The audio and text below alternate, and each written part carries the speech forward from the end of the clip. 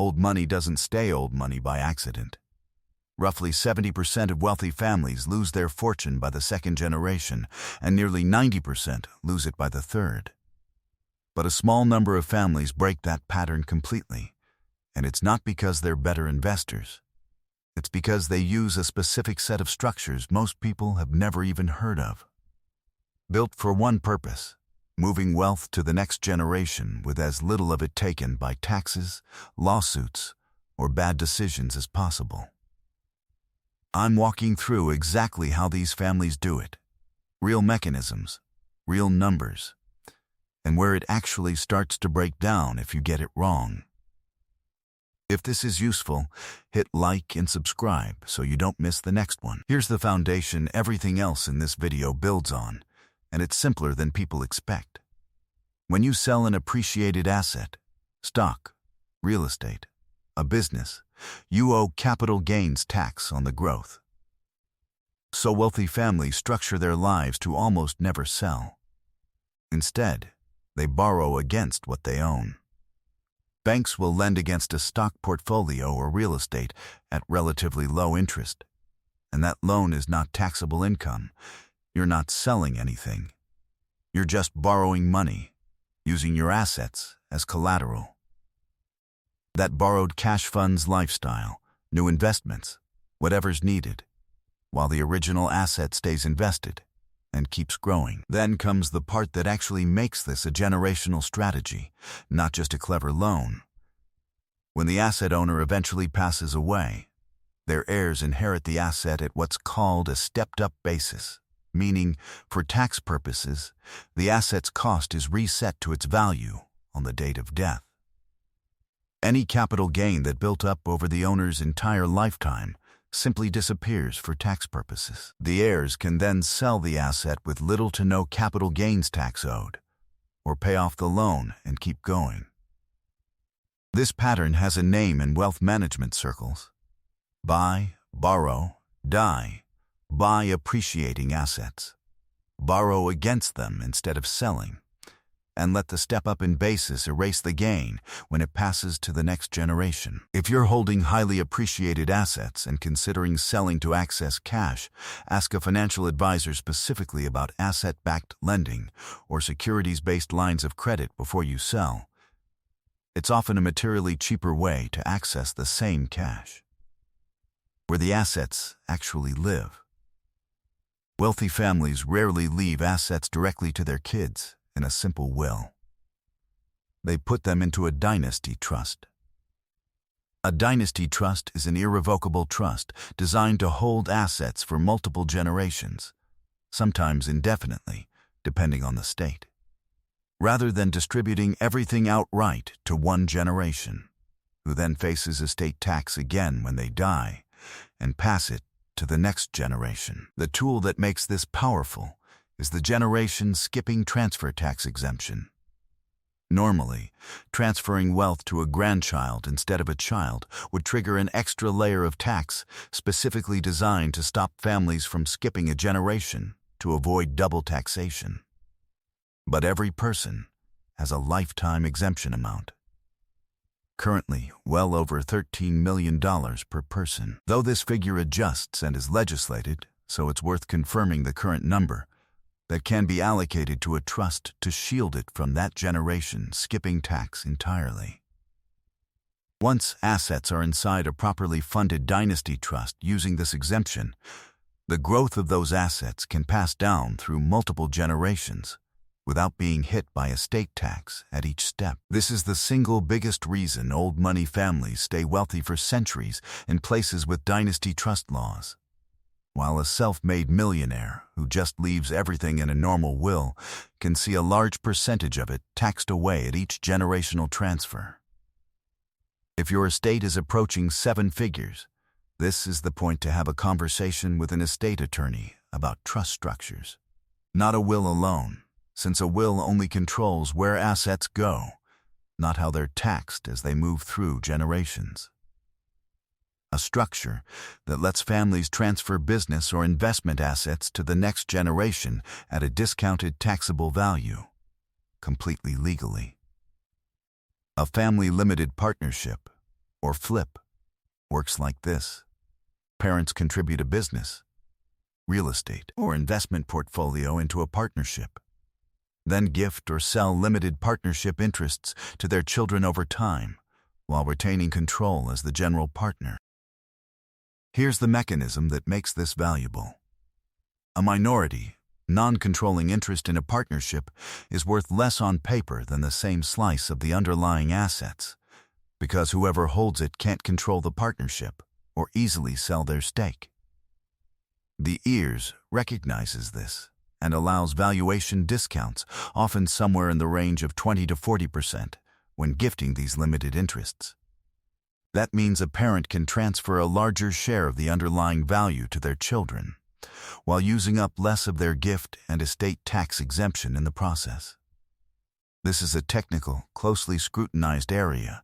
The EARS does examine FLPs for legitimate business purpose, so this is not a do-it-yourself structure. But it's a core reason family businesses and real estate portfolios often pass down more efficiently than a simple stock portfolio would. If your family owns a business or a real estate portfolio you eventually want to pass down, ask an estate attorney specifically about flip or family LLC structures before you're forced into a rushed decision at retirement or death. The strategy that costs nothing to start and most people never use, the annual gift tax exclusion. Every person can give a certain amount to any other individual each year, currently in the range of $18,000 per recipient, though this number is adjusted periodically, completely free of gift tax and without touching their lifetime exemption at all. A married couple can double that per recipient. A parent with 3 children can give each child that amount every single year, moving assets out of their taxable estate steadily over decades, all before a single dollar of lifetime exemption is used. Wealthy families treat this as a standing, automatic system, not a one-time event.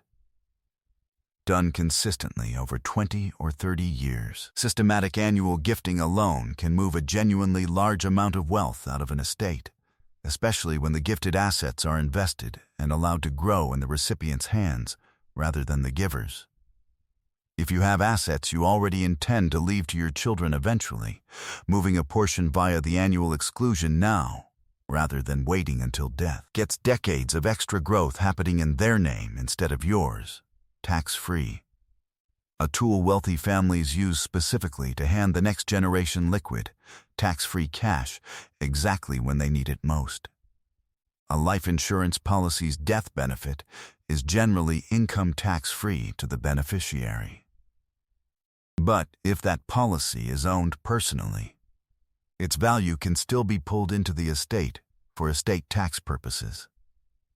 The workaround is an irrevocable life insurance trust, or ILIT. The trust itself owns the policy, not the individual, so the death benefit passes to heirs outside the taxable estate entirely. This matters most for a specific, practical reason. Illiquidity. A family that's wealthy on paper, through a business or real estate, often doesn't have much actual cash on hand. If an estate tax bill comes due, heirs can be forced to sell a family business or property at a bad time just to cover the tax bill.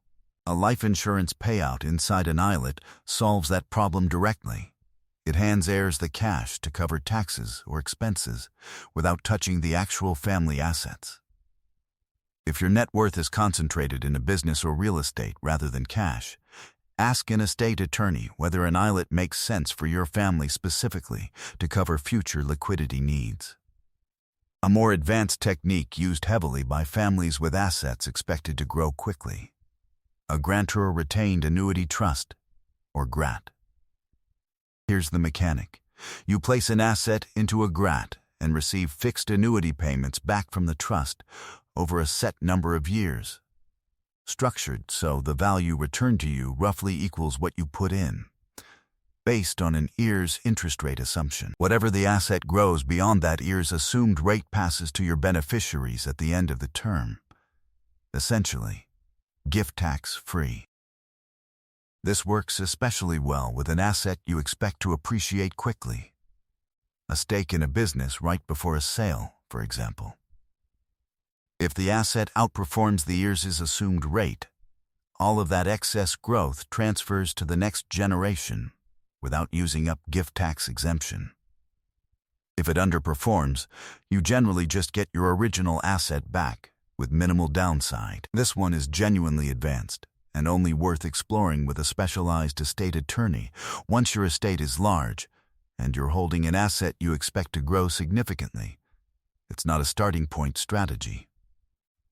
And this is the point most tax-focused content skips entirely.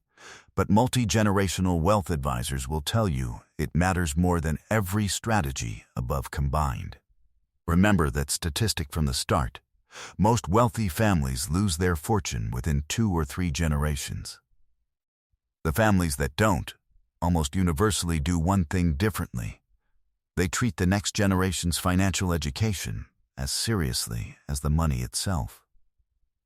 This usually looks like regular family meetings, where finances are discussed openly, a written family mission or set of values around money, involving teenagers and young adults in real conversations about the family's trusts and businesses before they inherit control of them, and sometimes a formal family constitution that lays out how decisions get made.